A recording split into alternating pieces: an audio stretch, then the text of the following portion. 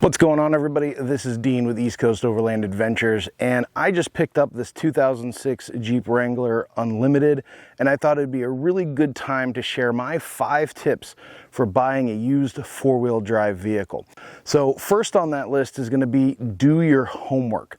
Now, luckily, this is my second Wrangler Unlimited, so I've already kind of done a lot of that homework, but when you're looking at a vehicle that's not familiar to you, you want to hit the internet, do your research, see what reviews are out there, see what the forums are saying, see what owner groups are saying, see what face groups are saying, you know, scour social media, look on YouTube, look on Instagram, just see what people are saying about the vehicle.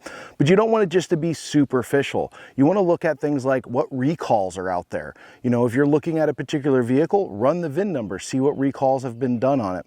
See what common failure points are there. You know, are there particular things that go bad every 50,000 miles or every 100,000 miles? Are there little quirks or gremlins that seem to pop up after a while? So you want to just kind of get to know the vehicle before you even go out and look at one. Second on the list is mileage. This is the first criteria I use before I determine whether or not I'm even going to go look at a vehicle. Now, my threshold is 1,000 miles per month on a used vehicle. So 1,000 miles a month. If it's a year old, 12,000 miles. If it's 10 years, 120,000 miles, so forth. Now, for you, that threshold might be a little bit different. If you're looking for more of a collector vehicle or something you want in really good condition, that number will probably be a little bit lower. And if you're looking at a particular model that has a really bulletproof powertrain, like say something like a Toyota, well, then that threshold might be a little bit higher, just something to consider. Now, for me on this one, this 2006, it only had 76,000 miles on it. So that's well below my 1,000 mile a month threshold, and that's one of the reasons why I wanted to pick it up. In contrast, my other Wrangler, which is a 2004, I bought it in 2014, so it was 10 years old, but it had 144,000 miles on it. So it was a little bit above that threshold, but it was just kind of one of those things that factored into my decision as to whether or not I was going to get the vehicle or if I was going to pass on it. Now, item number 3, when you first look at the vehicle, you want to kind of give it a once over and look at the equipment that's on the vehicle, both factory and aftermarket. And this is where item number 1, doing your research, really pays off. If you've done your research, you can kind of look at the vehicle and go, okay, it's got this feature, or if it's a special edition, like say it's a Wrangler Rubicon or a TRD Pro, does it have all of the equipment associated with that special package? I'm not going to say there's some shady people out there, but we all know there are, and sometimes people like to lick and stick that special edition sticker on the side of the vehicle so they can mark it up. So if you're looking at something like a Rubicon, does it actually have the Dana 44s? Does it have the 410 gears? Does it have the right transfer case? Does it have the right wheels and tires? Does it have the right suspension? Same thing with something like, say, a TRD Pro or a Ford FX4. You know, when you start looking at those special edition packages, does it have all of the equipment associated with that? Also, what kind of aftermarket accessories are on the vehicle? Now, my personal preference is I try to buy a vehicle that's as close to stock as possible. But looking at the Jeep behind me, I can tell you right away that there are 3 things on it that aren't stock. The obvious one is going to be the soft top. That is not a factory soft top. So that first is going to be a little yellow flag for me to investigate. You know, why is there an aftermarket soft top on this? Well, the answer to that one is easy. Well, it's 14 years old. There's no way a factory Jeep soft top is going to last 14 years. So it's just something that I want to consider, and maybe do I want to look, is there any water damage or anything? The second thing that's going to jump out to me that's not stock on this vehicle are the fog lights. Those fog lights aren't stock. Now, this vehicle is equipped with fog lights from the factory, so now a little yellow flag is going to go up in the back of my mind that says, why were the fog lights switched? Was it in a front end accident? Did the original lights break? Is there something wrong with the wiring? So that's going to kind of be a little yellow flag for me to investigate. Now, since I've done my homework, I know that a common failure point on these vehicles is the switch that controls those fog lights. When it fails in a closed position, meaning that if the switch goes bad, the lights stay on. Thanks, Chrysler. We love your wiring, he says sarcastically. But that's just kind of one of those things to kind of look into, and when I'll get to the next thing, I'll explain to you how I kind of figured that one out. The other thing that's not stock on this vehicle are the tires. Jeep Wrangler Unlimiteds were equipped with a 30 by 915 R15 all-season tire from the factory. The tires that are on this vehicle right now are a 31 1050, so they're just slightly bigger than stock. Again, not a common mod on these vehicles, and again, the fact that this thing is 14 years old, you already know it's probably going to have another set of tires on it, so it's no surprise that an enthusiast might have put slightly bigger tires on it. So as you're getting around and you're looking at the vehicle, those are some of the things that you want to look for and some of the things that you might want to investigate later. Which brings me to item number 4, and that is looking at the mechanical issues on the vehicle. Now, I kind of alluded to this before with the wiring on those fog lights. This is where you don't necessarily have to be a mechanic, but if something's standing out to you, it looks different, it looks like it doesn't belong, or it looks like maybe something is broken. You know, a good keen eye with an attention to detail can probably pick up on these things. So I know those fog lights aren't stock. So when I pop the hood and I look under the hood, I can actually see somebody ran a power and a ground wire from the battery all the way out to the lights. I can also look under the dash and see that there's another switch, which kind of reinforces my theory that the original switch went bad on the control stock and somebody just added a set of fog lights and they can control them manually. But judging by how these things are wired and the fact that these are cheap Chinesium crappy lights, this is probably something I'm going to want to undo and get rid of relatively quickly. Now, again, with that soft top, I said it's an aftermarket soft top, and that's going to be a clue that maybe I want to look to see if there's any water damage inside the vehicle. Again, with convertibles or any vehicle that's got a sunroof, you kind of want to do some investigation to make sure that water hasn't gotten into the headliner if it's a sunroof or down into the carpet if it's a convertible. So I'll do things like peel up the carpet, look under there, poke and prod, see if there's any stains or any water damage. If it's got floor mats, I actually want to peel those floor mats up, look under there, see if there's anything like that.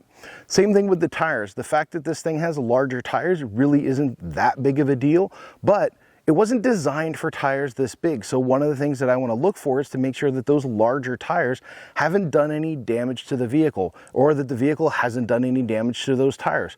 Do the tires rub at a full steering lock? Do they rub at full suspension compression? Those are some of the things that you want to look for, especially on modern trucks, things like Toyota Tacomas. There's a reason why the cab mount chop is so popular, because when you put larger tires on there, that corner of the cab rubs them. So you want to see if those types of things have been done to accommodate the larger tires, or did someone just shove larger tires under there trying to make the vehicle look cool. The other thing you want to do is look at the engine bay, especially on older vehicles. If you're 5, 6, 7 years old as a vehicle, that's when things just start to break, start to kind of, come apart, because all those heat cycles under the hood tend to damage things like rubber and plastic. Now, again, you don't have to be a mechanic, but a keen eye and an attention to detail can notice things. If you see a hose that's supposed to be connected and it's broken, or an electrical line that's going somewhere and then turns out to go nowhere, those are going to be indicators that something might be wrong. Also, take a look at the serpentine belt. What condition is it in? Is it nice and smooth on the smooth side? Is the ribbing blocked and checked? Is it cracked? Is it frayed? Again, you don't have to be a mechanic and know how to change the serpentine belt, but if at least you can kind of look at it and go, maybe that's not supposed to be that way, it's an indicator that maybe there's some repairs you want to do if you decide to purchase the vehicle, or it's leverage, when you get to the negotiation phase, when you go to buy the vehicle. I noticed on my 2004 when I was buying it, a lot of the vacuum lines were cracked and one of the vacuum hoses was just dry and cruddy, and I kind of used that as leverage to tell the owner or the dealer to say, hey, I'm going to buy this thing as is, no warranty, because I want to do the repairs myself. Or I can say, hey, I'll buy it at the price that you're asking, but you need to fix these things under the hood first. So it's kind of up to you how you want to use that information, but knowledge is power. Now, the fifth and final thing is obviously going to be the test drive. You don't buy a vehicle without taking it for a test drive, so you want to get out there. But what you want to make sure that you do is you're testing that vehicle in a variety of different situations. So you want to do stop and go traffic. You want to get it on a back road and you want to get it up to highway speed. The reason being is stop and go traffic is going to tell you kind of how the brakes are doing, how the transmission is shifting. Those nice windy back roads is going to tell you how the steering is. Is it nice and tight? Does it feel like you're driving on rails, or is the steering wibbly wobbly and all over the place? At highway speed, does the vehicle track straight? Are there any vibrations or shimmies? You know, if you're feeling a shimmy in the steering wheel, you could have an alignment or a wheel balance issue in the front. If you feel a shimmy in the seat of your pants through the seat, you might have something going on in the back suspension with either one of the rear tires or maybe the rear suspension. The other thing you want to do is go find a parking lot, get the vehicle in the parking lot, and do some really tight turns, you know, some figure eights, some really close circles, because that's going to give you an indication of, again, how that front axle is performing, how the steering components are performing. Do you hear any popping, any creaking? You know, is there any shuddering? Do you hear something like a U-joint or a CV joint binding? You know, how's the power steering pump? When you're making little turns, the power steering pump really isn't doing much, but when you're making those really tight turns, that's when the pump really starts to crank, and sometimes they like to whine. And there's nothing worse than having a nice vehicle driving down the road, and every time you turn, all that power steering pump doing is whining. The other thing is, if you're buying a four-wheel drive vehicle, this might sound obvious, but test the four-wheel drive. The reason being is 99% of all four-wheel drive vehicles out there never get put in four-wheel drive. They're pavement princesses.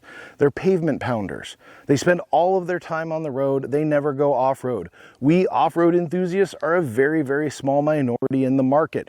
So we're the ones that are using four-wheel drive, not the soccer moms, not the commuters, not those types of people. So when you're buying a used four-wheel drive, even if it's in really great condition cosmetically, that four-wheel drive system might be neglected. So how's the shifter working? Are the bushings or the cables in that four-wheel drive shifter okay? If it's got an electronic shifter, does it actually actuate in and out of four-wheel drive smoothly, or does it bind up? And when you shift it in four-wheel drive, is the four-wheel drive system working? I actually took a Jeep for a test drive a couple years ago, and when I put it in four-wheel drive, all it did was grind.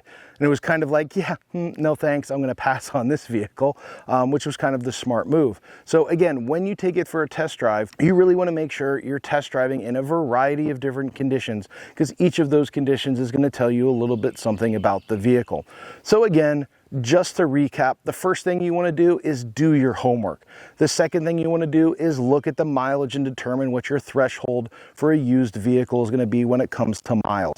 The third thing that you're going to want to do is look at the original equipment, any accessories that are on that, and compare that to what the vehicle should have, or maybe what did the owner add to the vehicle after the fact. The fourth thing that you're going to want to do is pop the hood, get under it, look around the vehicle. Is there anything that's standing out to you? Anything that might be broken? Again, you don't have to be a mechanic, but a keen eye and attention to detail will tell you a lot. And the fifth and final thing is take it out for a test drive in a variety of different scenarios. Now, I could stop here, but I'm going to give you one bonus thing.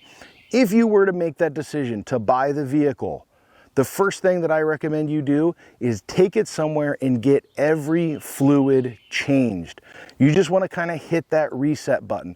Get the coolant flushed, get the transmission flushed, get the radiator cleaned out, get the gearboxes, you know, the front and rear differential and the transfer case, get all that gear fluid changed out, just so that you know you've got a nice, clean, well lubricated vehicle in there. And also it'll give you an indication when you pull that old fluid out what condition the vehicle was in.